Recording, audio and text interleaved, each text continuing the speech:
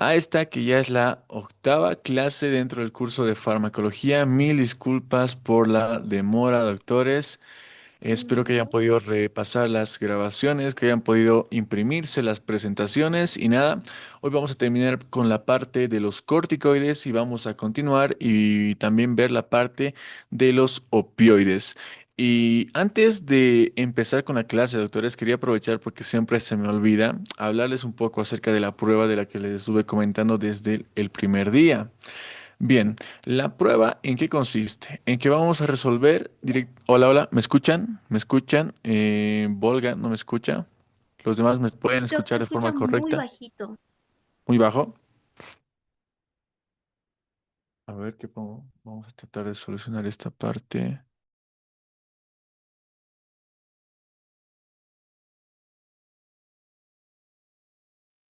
Sí se escucha. Ahora, ¿qué tal? Hola, hola. ¿Mucho mejor? Sí, ya está mejor. Gracias, Doc. Perfecto, gracias. Bien, quería hablarles primeramente acerca de la prueba que teníamos pensado realizar y que les dije que vamos a realizar. Esta prueba consiste de aproximadamente 40 preguntas en total, que no son solamente preguntas, sino que también son casos clínicos, son preguntas con incisos, con respuestas de falso, verdadero, acerca de todo lo que estuvimos viendo durante estos días y lo que veremos hasta el día siguiente.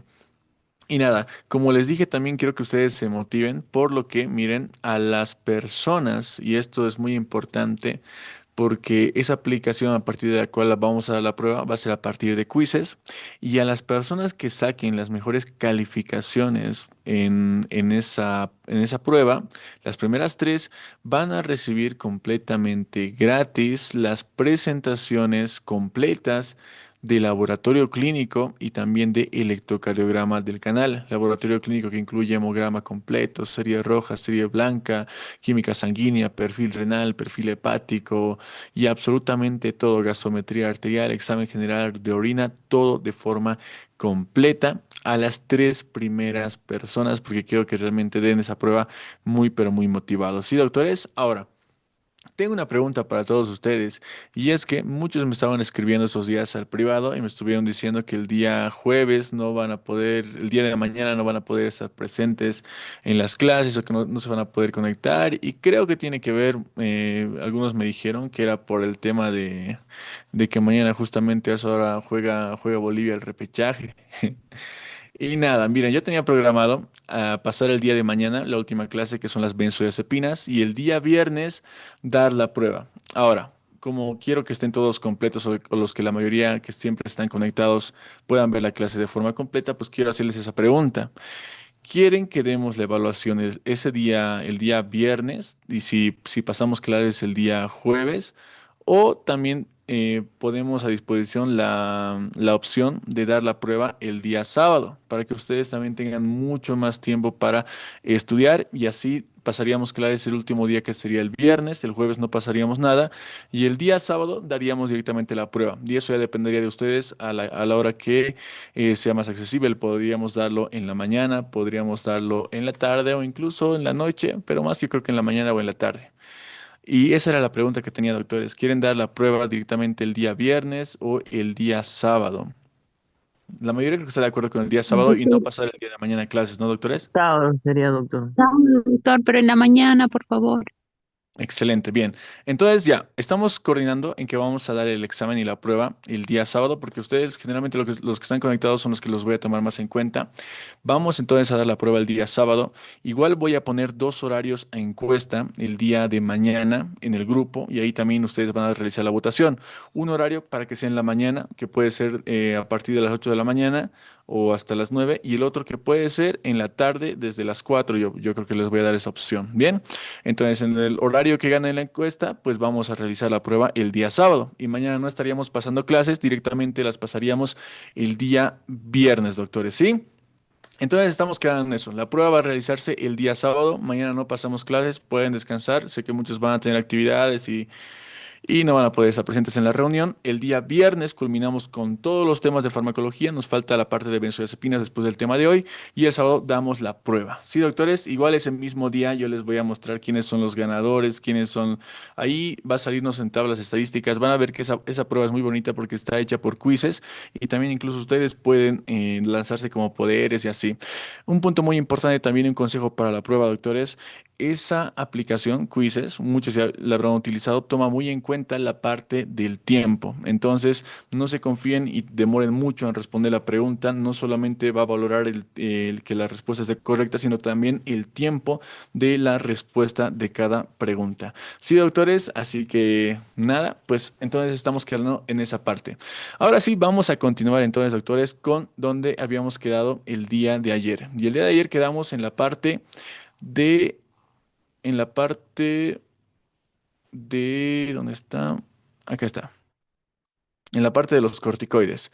Terminamos de ver los corticoides, doctores, y ahora vamos a comenzar y vamos a continuar con la parte de las preguntas. Primera pregunta para todos ustedes. Uno, ¿cuál es el principal mecanismo de acción de los corticoides? A. Inhibición directa de la COX. B. Activación de los receptores nucleares que modulan la transcripción génica. C. Bloqueo de receptores H1. D. Antagonismo del receptor mineralocorticoide. O el inciso E. Inhibición de la síntesis de la histamina. ¿Cuál es el mecanismo de acción de los corticoides, doctores? Como les dije, no vamos a poner los textos al igual que lo vamos a ver en las diapositivas porque quiero que ustedes aprendan a analizar y no solamente se guíen de un concepto. Vamos a ver las respuestas. Doctora Nancy, inciso B. ¿Qué dicen los demás? Inciso B, activación de los receptores que modulan la transcripción génica. Y la respuesta, Sí. doctora, es correcta. El inciso B, activación de receptores nucleares que modulan la transcripción génica. Siguiente pregunta. El potente efecto antiinflamatorio de los corticoides se debe principalmente a qué? Inciso A, inhibición de las prostaglandinas. B, inhibición de la fosfolipasa A2. C, bloqueo de receptores opioides. D, activación de la COX-2. O inciso E, inhibición de leucotrienos únicamente, doctores. La B. Inciso B, vamos a ver qué dicen en el chat. Doctor Joel, doctor Alexander, doctora Patricia, doctor Cáceres, doctora Alison, doctora Dorita, el inciso B. Y la respuesta correcta es así, doctores, inhibición de la fosfolipasa A2. ¿Y a partir de qué proteína antiinflamatoria es que se lograba esta inhibición, doctores? De las lipocortinas y de la interleucina 10. De la lipocortina y de la interleucina 10, más importante la lipocortina. Excelente, doctor. Bien, siguiente pregunta.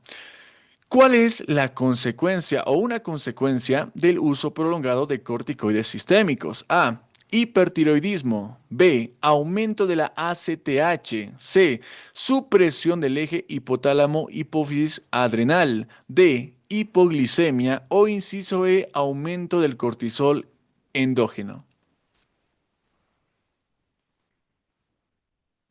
Doctor Joel C, doctora Alison Guzmán, inciso C, doctor Alexander C, doctora Patricia C, doctora Dorita C, y la respuesta correcta, doctores, es el inciso C.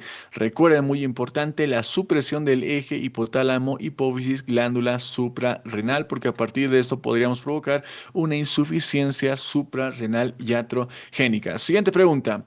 ¿Por qué los corticoides no deben suspenderse bruscamente tras el uso prolongado? A. Riesgo de hipertensión severa. B. Riesgo de insuficiencia suprarrenal aguda. C. Riesgo de trombosis. D. Riesgo de hipercalcemia. O inciso E. Riesgo de alcalosis metabólica. Inciso B.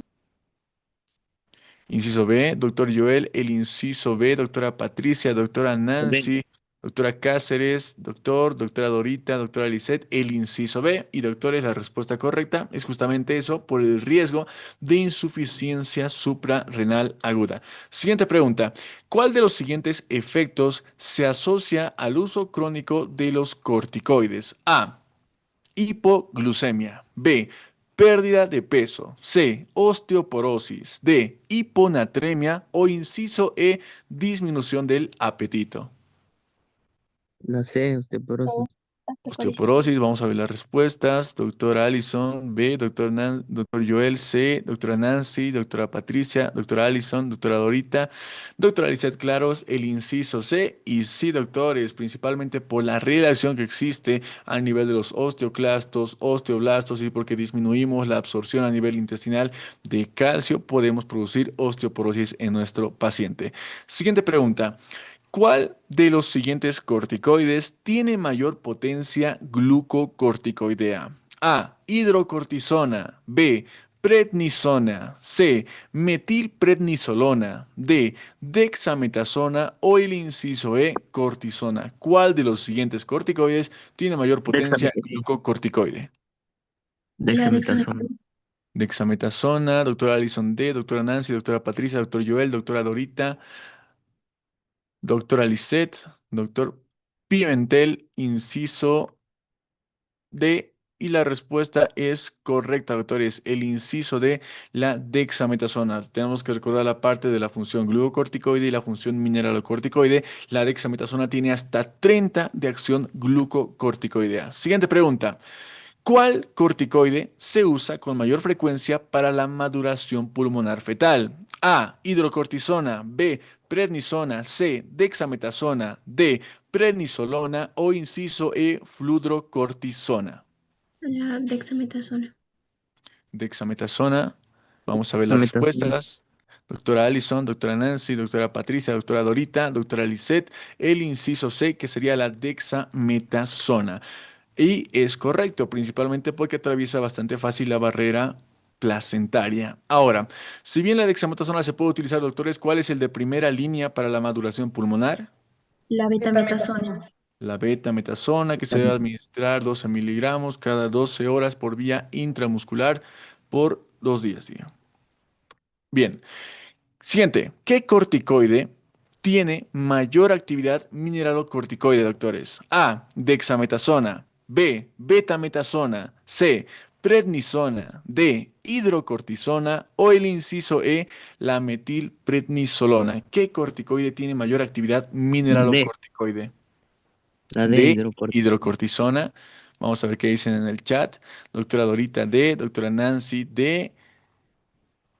Doctora Lisette, el inciso D. Y la respuesta correcta, doctores, es así, el inciso D, la hidrocortisona, porque tiene igual función mineralocorticoidea y función glucocorticoidea. Acá vemos elevado nivel de acción glucocorticoidea en la dexa y en la betametasona, la prednisona y la metilprednisolona, lo propio. Siguiente pregunta. El aumento del riesgo de infecciones por corticoides se debe principalmente a inciso A, estimulación de linfocitos T. B, disminución de la respuesta inflamatoria e inmune. C, aumento de anticuerpos. D, activación del complemento. O el inciso E, producción del interferón. La B. La B.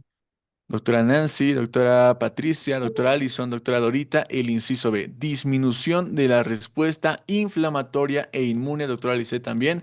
Y la respuesta, doctores, es correcta, disminución de la respuesta inflamatoria e inmunológica, principalmente porque inhibíamos tanto la vía de la ciclo como la vía de la lipooxigenasa. Y la última pregunta, ¿cuál de los siguientes no es un signo típico del síndrome de Cushing provocado por corticoides? A. Cara de luna llena. B. Estrías violáceas. C. Hipotensión arterial. D. Obesidad central. O el inciso E. Debilidad muscular. La C. Hipotensión arterial. Hipotensión arterial. ¿Cuál no es un signo típico de Cushing por corticoides? Vamos a leer el chat, que es lo que dicen los comentarios. Doctora Lisette B, doctora Allison C, doctora Dorita B, doctora Nancy C, doctor Joel C. Bien, cuál no es un signo característico? Pues doctores, están en lo correcto la mayoría, el inciso C, la hipotensión arterial, porque al contrario, lo que vamos a encontrar en un paciente con Cushing por corticoides, pues va a ser hipertensión arterial y la cara en luna llena ya sabemos por qué, por la mala distribución de líquidos, la cara redondeada, estrías violáceas por alteración a nivel del colágeno, obesidad central característico, debilidad muscular de igual forma. Excelente, doctores, muy bien. Ahora vamos a resolver el siguiente caso clínico acerca de los corticoides y es el siguiente. Tenemos una paciente femenina de 45 años de edad con antecedentes de artritis reumatoide en tratamiento desde hace 8 meses con prednisona de 20 miligramos cada día por vía oral. La paciente acude a consulta por presentar aumento de peso, cara redondeada, debilidad muscular proximal, estrías violáceas en abdomen, infecciones respiratorias frecuentes. Durante la consulta, la paciente refiere que hace 2 días suspendió bruscamente la prednisona porque ya se sentía mucho mejor. Horas después, presenta hipotensión, náuseas y vómitos, fatiga intensa e hipoglicemia. Ante este caso, doctores, ¿cuál es el diagnóstico más probable? Inciso A, síndrome de Cushing endógeno. B, crisis suprarrenal aguda. C, choque séptico. D, hipertiroidismo o inciso E, feocromocitoma. La B. Renal aguda. Crisis suprarrenal aguda. A ver, vamos a ver el chat. Doctora Cáceres, doctora Nancy, inciso B, doctora Patricia, de igual forma. Y la respuesta correcta, doctores, ante esta pregunta es el inciso B, correcto. Una crisis suprarrenal aguda. Uno podría decir un síndrome de Cushing por lo que estamos viendo al principio, pero al final con lo que llega el paciente es directamente con hipotensión, náuseas y vómitos, fatiga intensa, hipoglicemia, lo que nos indica que está existiendo una falla específicamente a este nivel. Excelente. Siguiente pregunta. ¿Qué mecanismo explica lo que está pasando en este cuadro? A. Hipersecreción de la ACTH. B. Daño irreversible de la corteza suprarrenal. C. Supresión del eje hipotálamo, hipófisis, glándula suprarrenal. D. Aumento de aldosterona. O el inciso E. Deficiencia de ADH, doctores. Daño.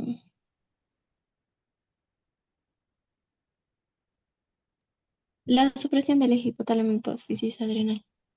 Inciso C, supresión del eje hipotálamo, hipófisis, glándula suprarrenal. Doctora Nancy también, doctor PC, doctor Patricia, doctora Allison, doctora Lisette. Y sí, miren, si tenemos lo que vimos anteriormente, una crisis suprarrenal aguda, pues justamente se va a deber a qué? A que existe una supresión del eje hipotálamo, hipófisis, glándula suprarrenal. Excelente, doctores. Bien, vamos con la siguiente pregunta y es, ¿qué hallazgos apoyan el uso crónico de corticoides en este paciente? A, hipotensión y vómitos. B, hipoglicemia y fatiga. C, cara de luna llena y estrías violáceas. D, bradicardia o el inciso E, hiponatremia, doctores. La cara de luna llena. La C. Cara de luna llena y estrías violáceas. ¿Están de acuerdo, doctores? Doctor, doctora. Doctora Nancy, inciso C. Doctora Patricia, C. Doctor Joel, doctora Lisette, el inciso C. Y sí, recordámonos lo que encontramos cuando tenemos un paciente con síndrome de Cushing, justamente es característico. Y este paciente lo presenta, aparte del aumento de peso, debilidad muscular proximal y demás. Bien, vamos con la siguiente pregunta. Y es, ¿cuál sería el tratamiento inmediato más adecuado en este paciente? A. Prednisona vía oral. B. Dexametasona vía oral. C. Hidrocortisona intravenoso. D. Fludrocortisona o el inciso E. Suspender todo corticoide. La C. C, hidrocortisona intravenosa, es lo que dice el doctor. Vamos a ver las respuestas. Doctora Nancy, el inciso C. Doctora Allison, el inciso C. Doctora Lisette Claros, el inciso C. Doctora Cáceres o doctor Cáceres, inciso C. Hidrocortisona por vía intravenosa. Doctores o doctor, ¿por qué el inciso C? ¿Por qué la hidrocortisona?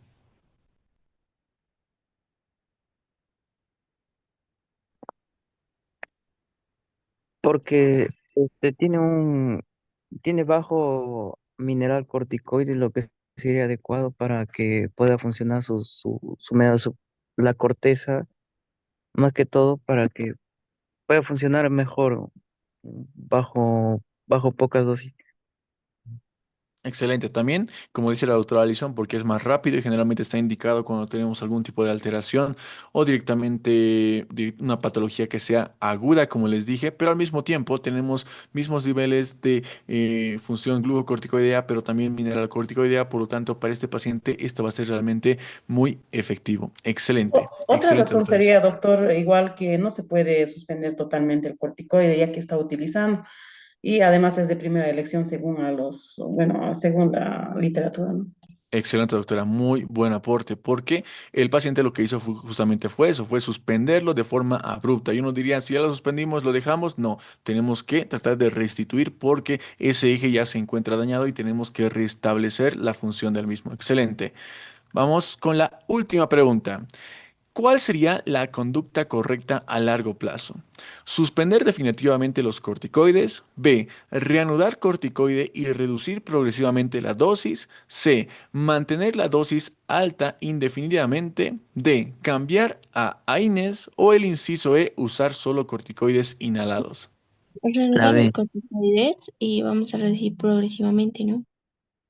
Exacto. Reanudar corticoide y reducir progresivamente. ¿Qué dicen en el chat? B, doctora Alice, doctora Alison, doctor César, doctora Nancy, doctora Dorita, el inciso B. Y correcto, doctores. Tenemos que reanudar el corticoide y reducir progresivamente la dosis porque lo más importante, como les dije, es saber reducir el tratamiento cuando utilizamos los corticoides de forma paulatina. Muy bien, excelente, doctores. Un aplauso para todos ustedes. Muy, pero muy bien.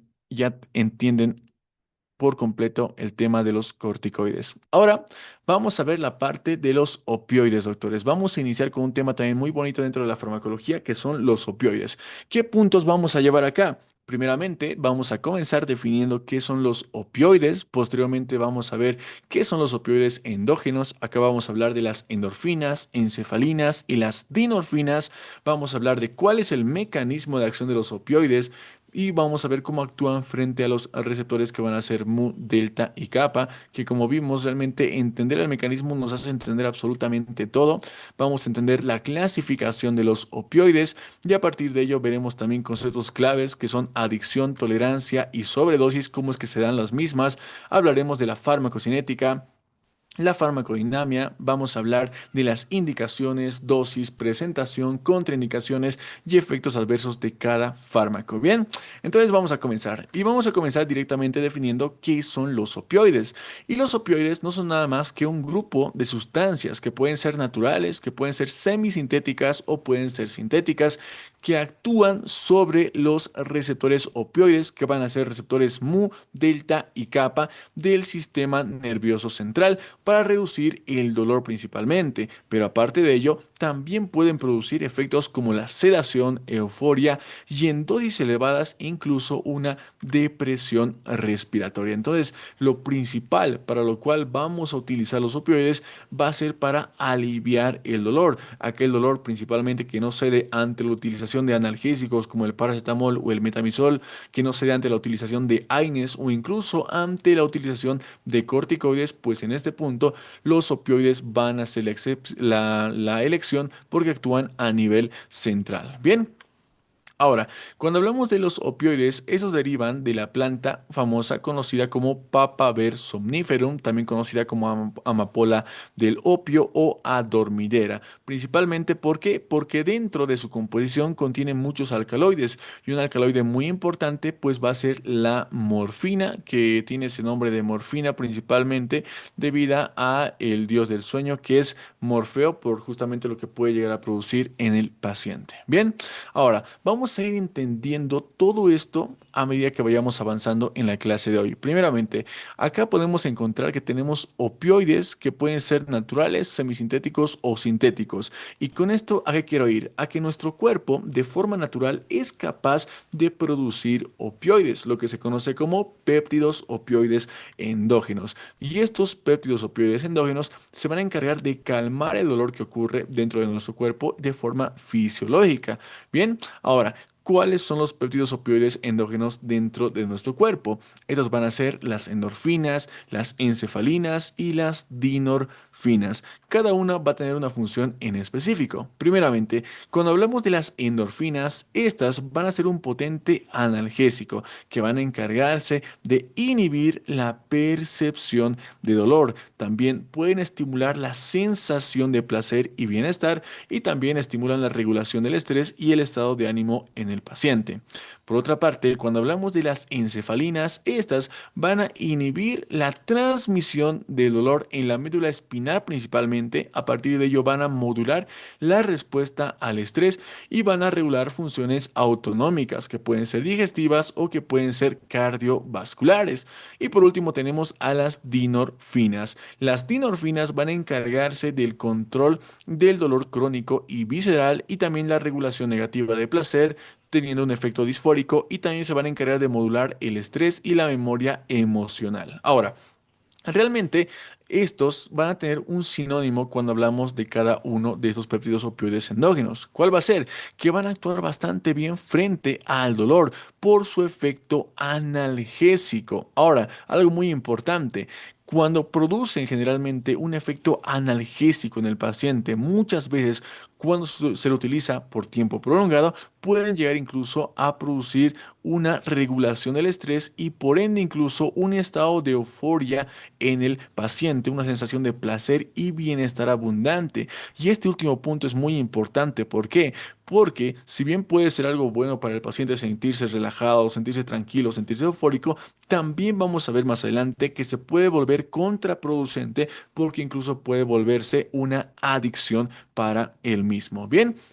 Ahora, cuando hablamos de estos opioides, ¿dónde es que van a actuar? Pues los opioides van a actuar a nivel de sus receptores, que van a ser cuatro, que van a ser los receptores mu, los receptores delta, los receptores kappa y los últimos encontrados, que son los receptores ORL1, también conocidos como receptores de nociceptina. De todos estos, el más conocido por mucho va a ser el receptor mu. Generalmente cuando ustedes les pregunten, el receptor mu, ¿a quién se encarga de recibir o frente a quién actúan los opioides? Pues la respuesta es frente a los receptores mu si es que se encuentra ahí en un inciso. Bien, entonces, ¿dónde se van a encontrar cada uno de estos? Primero, si hablamos de tanto el receptor mu como el receptor delta, estos se van a encontrar a nivel de la sustancia gris periacuelectal que se encuentra a nivel del mesencéfalo. Aparte de ello, también vamos a encontrar que se van a encontrar el receptor mu a nivel del núcleo rafemagno, es decir, en el bulbo raquídeo, y por otra parte, tanto el mu, delta, kappa e incluso el ORL1 se van a encontrar a nivel de la médula espinal. Por otra parte, también podemos encontrarlos en el tálamo, en el sistema límbico, a nivel de la amígdala, hipotálamo y el núcleo accumbens, y finalmente en la corteza cerebral. Básicamente, se encuentran a nivel de la corteza, del sistema nervioso y a nivel de la médula espinal. Bien, ahora, si hablamos de la médula espinal, específicamente en qué segmento de la médula se van a encontrar, principalmente a nivel del asta dorsal de la médula espinal, que es esta región que estamos viendo acá. A partir de ello es que van a lograr cumplir su función justamente analgésica en el paciente. Ahora, para entender cómo es que nuestro cuerpo, a partir de los opioides, puede encargarse de aliviar el dolor, tenemos que recordar cómo es que se comunican las neuronas para la transmisión de dolor y posteriormente cómo podemos nosotros evitar o bloquear esa comunicación y percepción de dolor. Y lo vamos a ver a continuación. Entonces, miren, tenemos acá un paciente que tal vez se encuentra trabajando en construcción y por ejemplo está clavando alguna madera. ¿Y qué es lo que pasa? Que en una de las veces que está clavando la madera directamente falla y por ende recibe un pinchazo a partir de ese clavo en el dedo índice. ¿Qué es lo que va a pasar en ese punto? Que directamente el paciente va a percibir el dolor, pero a nivel interno, ¿qué es lo que ocurre? Que directamente los receptores de nociceptina o receptores de nocicepción van a captar esta percepción de dolor a este nivel y posteriormente van a llevar el mensaje a partir de las neuronas primarias, también llamadas neuronas de primer orden, a nivel de la médula espinal, específicamente donde, específicamente a nivel del asta dorsal de la médula espinal. cerebral. Y una vez que se encuentran ahí, ¿qué es lo que van a pasar? Va a pasar una sinapsis y una comunicación con otras neuronas que van a ser las neuronas de segundo orden, que son las que estamos viendo acá. ¿Y qué es lo que van a hacer estas? Se van a encargar de llevar esa información de dolor a nivel del sistema nervioso central, justamente a este nivel, llevarla al tálamo, llevarla al cerebro y posteriormente a partir de una tercera comunicación que va a darse a partir de la neurona terciaria o también conocida como neurona de tercer orden, llevarla hacia toda la corteza cerebral. Es todo lo que ocurre realmente, pero ocurre bastante rápido cuando nosotros percibimos alguna sensación o percepción de dolor. Y muy importante, a todo esto, ¿cómo le llamamos? Le llamamos como la famosa vía ascendente de dolor, ya que la que se encarga directamente de llevar la información de dolor hacia el sistema nervioso central. Bien, ahora, para entender muy bien cómo es que ocurre esto, nosotros realmente tenemos que entender estas comunicaciones que están ocurriendo acá, la que ocurre entre la neurona primaria con la neurona secundaria y entre la neurona secundaria con la neurona terciaria, porque básicamente si nosotros más adelante logramos bloquear esto, seguramente bloquearíamos la percepción de dolor. Entonces, hagamos un acercamiento justamente a este nivel y entendamos cómo es que se comunican las neuronas para producir tanto excitación como inhibición en el paciente. Entonces, tenemos acá a dos neuronas, tenemos acá la neurona presináptica, ya que tenemos a la neurona postsináptica, ya que tenemos a todos los receptores y canales involucrados para esta comunicación. Entonces, ¿qué va a pasar? Que esto va a ser posible a partir de una secuencia de pasos específica, que va a iniciar con ¿qué? Con el paso número uno, que es que el potencial de acción va a llegar al final de la neurona presináptica, que es justamente la que estamos viendo acá. Entonces, recordemos acá que la neurona transmite información desde un extremo hacia el otro extremo de la misma a partir del potencial de acción y se comunica una neurona con la otra a partir de los neurotransmisores. Entonces, ¿qué pasa acá? Que directamente encontramos que el potencial de acción baja directamente y aumenta el voltaje a este nivel. Una vez que el voltaje se encuentre elevado a nivel de la neurona presináptica, ¿qué es lo que va a pasar? Pues va a ocurrir el paso número 2, que es que este aumento de carga positiva y de voltaje se va a encargar de abrir los canales dependientes de este voltaje, lo que va a permitir que los iones de calcio fluyan hacia adentro. Entonces, ¿qué pasa? Que este voltaje que ha llegado acá a nivel de la neurona presináptica se va a encargar de aperturar los canales de calcio. ¿Pero cuáles son los canales de calcio? Justamente son estos que estamos viendo acá, estos de acá. Entonces, ¿qué pasa? Que el potencial de acción baja y posteriormente lo que hace es aperturar los canales de calcio, permitiendo así que el calcio que se encargaba y se encontraba afuera de la neurona presináptica directamente pase e ingrese al interior de la neurona presináptica como lo estamos viendo acá. Bien. Ahora, una vez que el calcio ingresa al interior de la neurona presináptica, ¿qué es lo que va a ocurrir? El punto número 3. ¿Cuál es este? Es que los iones de calcio van a causar la liberación de vesículas que contienen glutamato, que es directamente un neurotransmisor excitador. Ahora, no es el único neurotransmisor que se va a encargar de esto. También tenemos otros ejemplos, como por ejemplo la acetilcolina, como por ejemplo la noradrenalina, la serotonina o incluso la sustancia P. Entonces, ¿qué va a pasar acá? Que miren, directamente a partir del ingreso de calcio se van a formar diferentes vesículas, vesículas que en su interior van a contener neurotransmisores excitadores. En este caso, el glutamato, que es este que estamos viendo de color rojo. Bien, ahora, una vez que ya lo tenemos ahí, ¿qué es lo que va a pasar? Que directamente este va a salir a partir o en forma de vesículas de la neurona presináptica y ahí es donde nos encontramos con este glutamato a nivel del espacio presináptico, a nivel del espacio sináptico directamente. Miren, entonces tenemos acá el glutamato que se encuentra en el espacio sináptico. Una vez que ya lo tenemos acá, vamos al punto número 4, que es que este glutamato se va a encargar de activar a los receptores de glutamato en la neurona postsináptica, lo que va a permitir que la entrada de los iones con carga positiva y va a causar una despolarización. ¿A qué me refiero? A que el glutamato sale y posteriormente busca a sus receptores, que se van a encontrar justamente acá. Estos son los famosos receptores de glutamato. ¿Qué van a hacer? Directamente van a recibir al glutamato y van a permitir que éste se acople a ese nivel.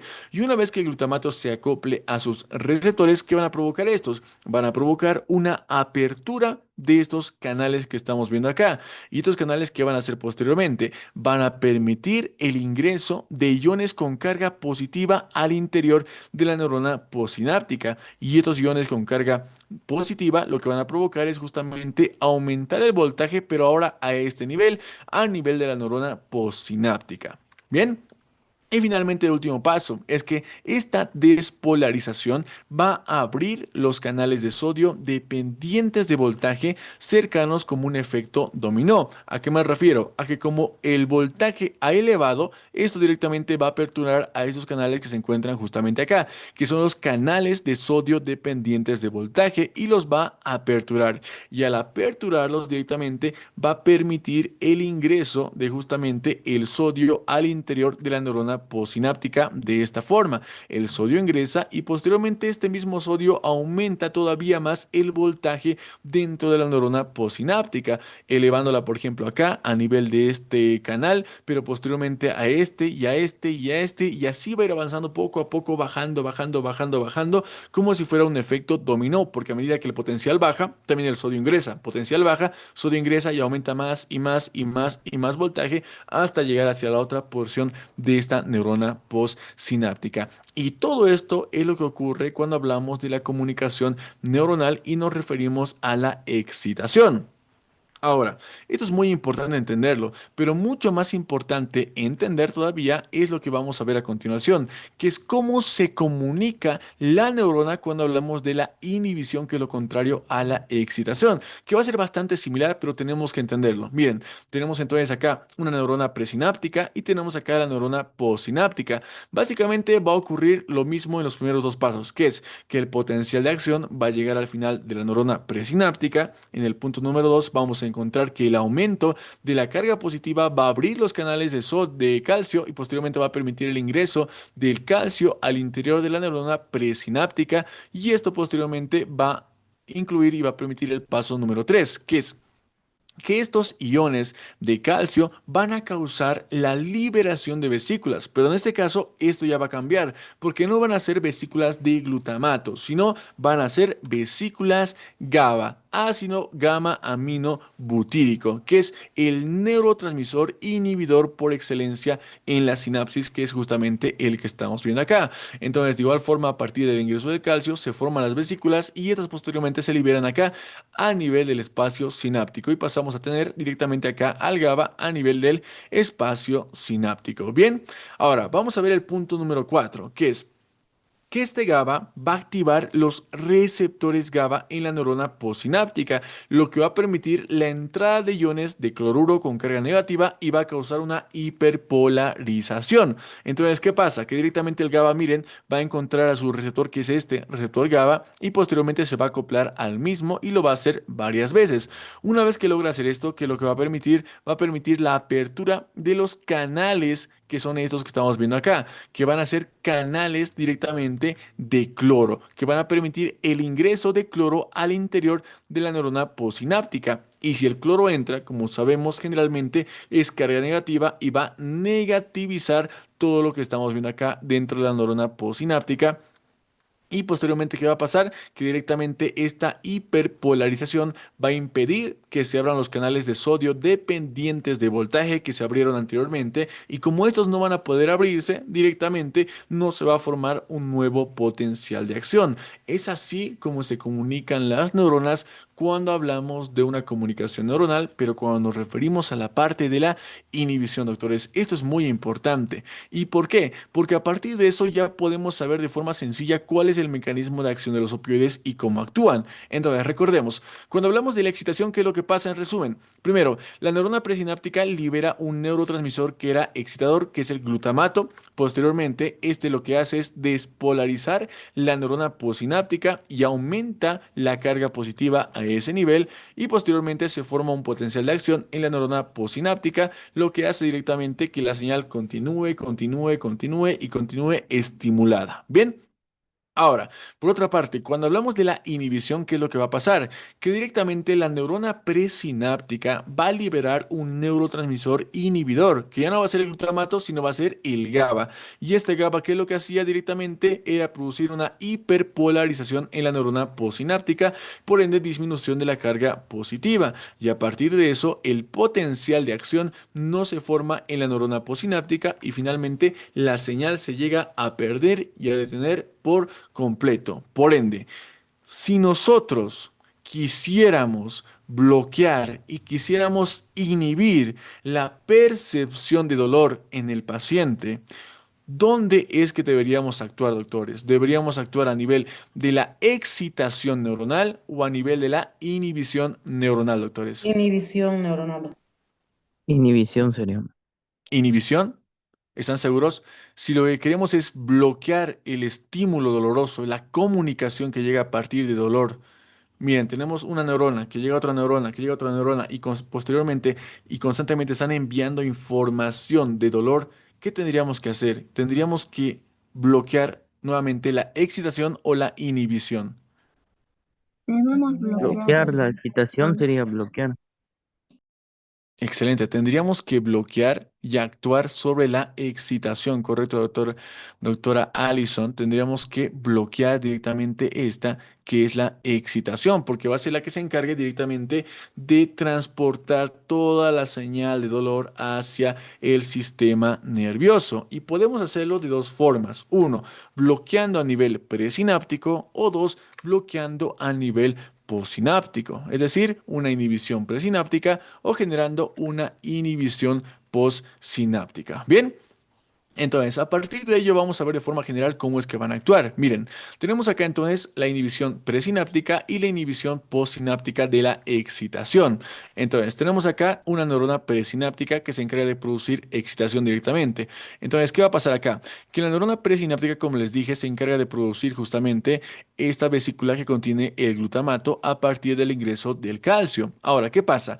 Que esta neurona presináptica no solamente está formada por estos canales y receptores, sino que también tiene otros receptores muy importantes que son estos que estamos viendo acá de color negro, que son justamente los receptores opioides. ¿Y qué es lo que van a hacer? Se van a encargar de recibir justamente a los opioides a ese nivel y una vez que los reciban, ¿qué es lo que va a hacer? Que estos opioides van a cumplir una función muy importante que es evitar que los canales de calcio se lleguen a abrir. Y si los canales de calcio no se abren, ¿qué va a pasar? Que el calcio no va a ingresar y por ende la vesícula no se va a formar ni tampoco el glutamato dentro de la misma. Entonces acá tenemos esto en resumen, que el potencial de acción ya no va a abrir los canales de calcio, por ende no hay flujo de calcio hacia la neurona y no hay liberación de neurotransmisores. ¿Por qué? Porque los opioides han venido y se han acoplado a su receptor. Bien.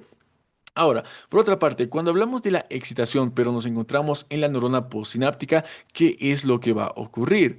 Lo que va a ocurrir va a ser lo siguiente, que al igual que acá, también esa neurona postsináptica tiene receptores opioides que son los que estamos viendo acá, que de igual forma van a recibir a los opioides y estos van a cumplir una función muy importante.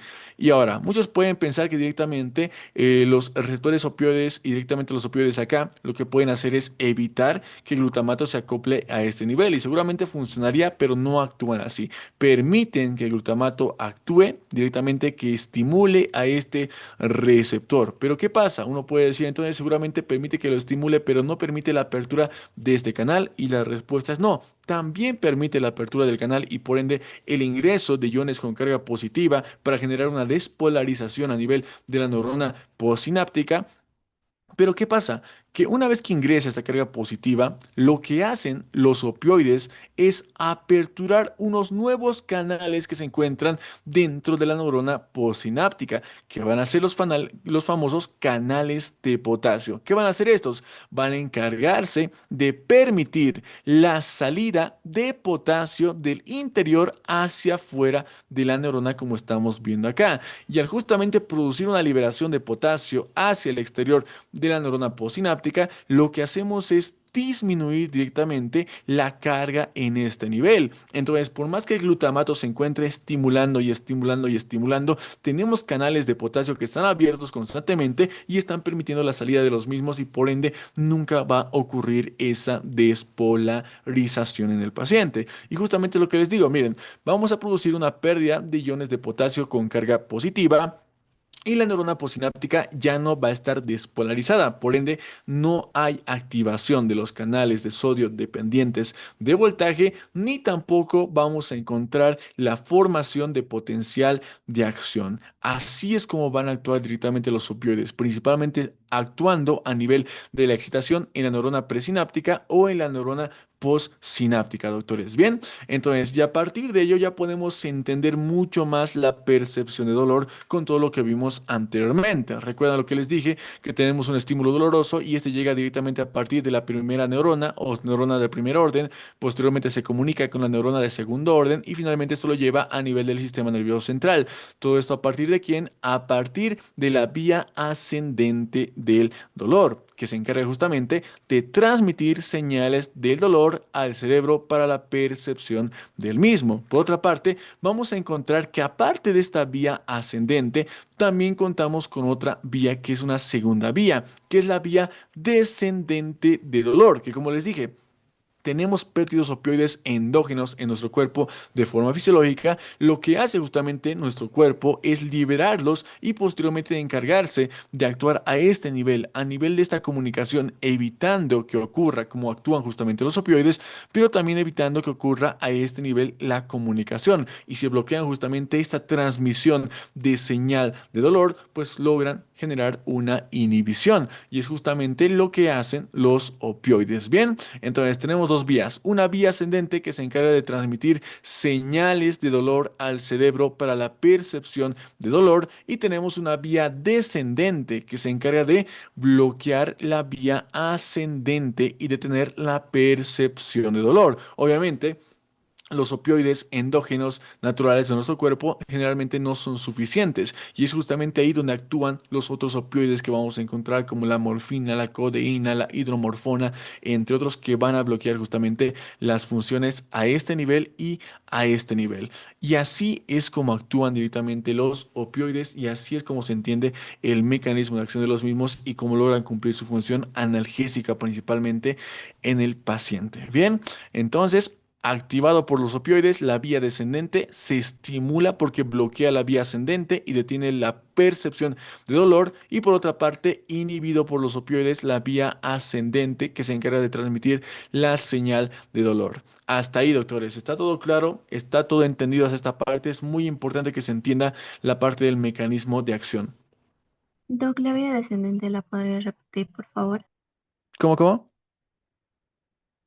La vía descendente, ¿la podría Pero repetir, por favor? perfecto, bien. Entonces, como les dije, tenemos una vía, primeramente la vía ascendente, que se encarga de transmitir las señales de dolor al cerebro para la percepción de dolor. Ahora, nosotros de forma fisiológica, también como les dije, tenemos una vía descendente de dolor. ¿Qué es esta vía descendente del dolor? Es justamente la que se encarga de evitar o bloquear a esta vía ascendente. Pero ¿cómo lo hace? Principalmente participando e interactuando a nivel de las sinapsis neuronales, principalmente en la sinapsis de la neurona de segundo orden con la neurona de tercer orden, pero mucho más importante, actuando sobre la sinapsis de la neurona de primer orden con la neurona de segundo orden a nivel del asta dorsal de la médula espinal, y a partir de ello pues detiene la percepción de dolor. Obviamente, como les digo, si hablamos de los opioides endógenos naturales, lo hacen de forma leve, pero si hablamos de opioides como la morfina, codeína, de los que vamos a hablar más adelante, pues lo van a hacer, y por ende el paciente se encuentra sin dolor, se encuentra bastante tranquilo, e incluso podemos producir euforia en el mismo. Bien. Perfecto. Muy bien, doctores. Entonces, esta es la parte del mecanismo de acción de dolor. Así es como van a actuar los opioides. Ahora, a partir de ello, ya nosotros podemos entender cómo es que se van a clasificar los opioides. Y estos se van a clasificar en cuatro grandes grupos, que van a ser los opioides agonistas puros, los opioides agonistas parciales, los opioides agonistas antagonistas y los opioides antagonistas. Y sí, ya nosotros entendemos qué significa agonista y qué significa antagonista. Y acá seguramente ustedes deben estar diciendo, pero qué raro que tengamos familias agonistas, antagonistas o familias antagonistas, pero más adelante van a ver que tiene sentido. Bien. Entonces, dentro de los agonistas puros vamos a encontrar la mayoría de los fármacos. Tenemos acá a los naturales, a los semisintéticos y a los sintéticos. Dentro de los naturales encontramos a la morfina, encontramos a la codeína y encontramos al dextrometorfano. Dentro de los semisintéticos encontramos a la oxicodona, al tramadol, a la hidromorfona y a la hidrocodona. Y dentro de los sintéticos encontramos a la metadona, al fentanilo, a la meperidina, al propoxifeno y a la loperamida. Por otra parte, cuando hablamos de los agonistas parciales, vamos a encontrarlos acá a la buprenorfina, que es sintética. Vamos a encontrar también a los agonistas antagonistas formados por la nalbuphina y la pentazocina. Y por último encontramos a los antagonistas que van a ser la naloxona y la naltrexona. Estos dos, principalmente el primero, la naloxona, va a ser muy, pero muy importante y lo vamos a ver más adelante. Bien. Entonces, esta es la principal clasificación que tienen que recordarse cuando hablamos de los opioides. Ahora, también muchas bibliografías manejan esta otra clasificación que los categoriza en opioides débiles y opioides fuertes, de acuerdo justamente a la potencia que van a tener esos opioides. Dentro de los débiles vamos a encontrar a la codeína, vamos a encontrar al tramadol y vamos a encontrar a la hidrocodona.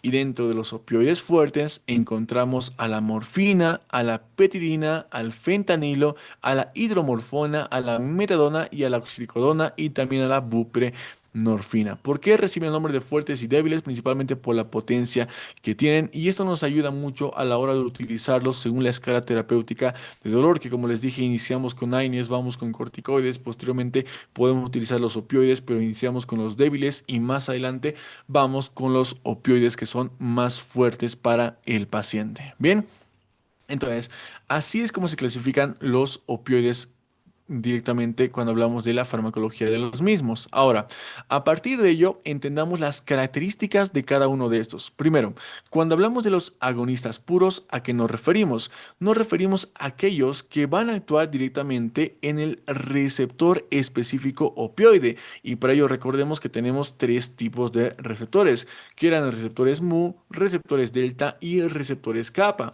Básicamente, los tres van a cumplir las mismas funciones, solamente que se van a encontrar en sitios diferentes y a partir de ello pues la especificidad y por ende la potencia va a llegar a variar de acuerdo a donde queramos cumplir la función.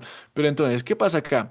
Que si tenemos agonistas puros, estos van a actuar frente a un receptor en específico. En este punto vamos a poner como ejemplo el receptor mu. Justamente sobre este es sobre el cual va a cumplir el efecto que ya vimos cómo es que lo cumple. Entonces, se llama agonista puro ¿por qué? Porque va a actuar solamente frente a un receptor y aparte va a tener una función netamente agonista o estimulante. Bien. Ahora, por otra parte, si hablamos de los agonistas antagonistas, acá se va a complicar un poco. ¿Por qué? Porque tenemos dos funciones, una función agonista y una función antagonista. La función agonista, ¿qué es lo que va a hacer? Va a viajar directamente a este nivel, por ejemplo, a nivel del receptor kappa, y se va a encargar de cumplir la función en este receptor. Por otra parte, la función antagonista lo que va a hacer es venir y va a bloquear la función en otro receptor, va a inhibir el efecto en este receptor. Incluso podemos encontrar que puede ser levemente un agonista parcial. ¿Y esto por qué es importante? Porque muchas veces van a ver que de igual forma queremos reducir la utilización de los opioides en el paciente, porque como les dije, puede a la larga producir incluso adicción y demás en el mismo. Por ende, para reducir este efecto que está produciendo, podemos utilizar agonistas antagonistas, que pueden encargarse de bloquear el receptor que se está utilizando actualmente el paciente y de estimular levemente otro receptor para producir, sigue el efecto, pero en dosis mínimas. Bien, ahora, por otra parte, vamos a encontrar a los agonistas parciales, que no es nada más que lo que dice su nombre, que directamente vienen, se acoplan a un receptor y van a producir un efecto farmacológico parcial que no va a ser del 100%, solamente va a ser bastante leve. De igual forma, este nos va a servir bastante para evitar justamente ese síndrome de adicción en el paciente y por ende poder reducir progresivamente incluso la dosis del mismo. Y por último tenemos a los antagonistas puros y justamente es todo lo contrario a lo que estuvimos viendo anteriormente. Son aquellos que vienen, se acoplan a un receptor y una vez que se acoplan en el mismo lo que van a hacer es provocar una inhibición del efecto farmacológico. Y acá viene la pregunta, ¿para qué quiero un fármaco que forma parte de los opioides que se encarga de inhibir el efecto farmacológico de mi paciente? Si lo que quiero es trabajar sobre el dolor, puede servirnos bastante porque podemos encontrar una intoxicación o incluso una sobredosis en el paciente que puede traer una triada característica de la intoxicación por opioides y en ese punto inhibir el efecto que está teniendo ese fármaco sobre un receptor que va a ser principalmente el receptor mu va a ser realmente importante y a partir de esta inhibición podemos incluso salvarle la vida al paciente. Es por eso que les dije que la naloxona y la naltrexona realmente son muy importantes porque son justamente estos antagonistas puros que son también conocidos como el antídoto ante intoxicaciones por estos otros opioides. Bien, doctores. Correcto, doctora Alison Guzmán. Como antídoto. Exacto. Bien, doctores. Son las 7:01. Vamos a tomar un receso de 10 minutos. Volvemos a las 7:11, 7:12. Y volvemos con la segunda parte, doctores. Hasta acá, ¿todo está claro o tienen alguna duda, alguna pregunta? Más adelante vamos a volver ya con la parte de las indicaciones terapéuticas, dosis, contraindicaciones y demás. Bien, creo que está todo claro. Entonces tomemos un receso de 10 minutos, doctores. Volvemos en 10 minutos a las 7:12.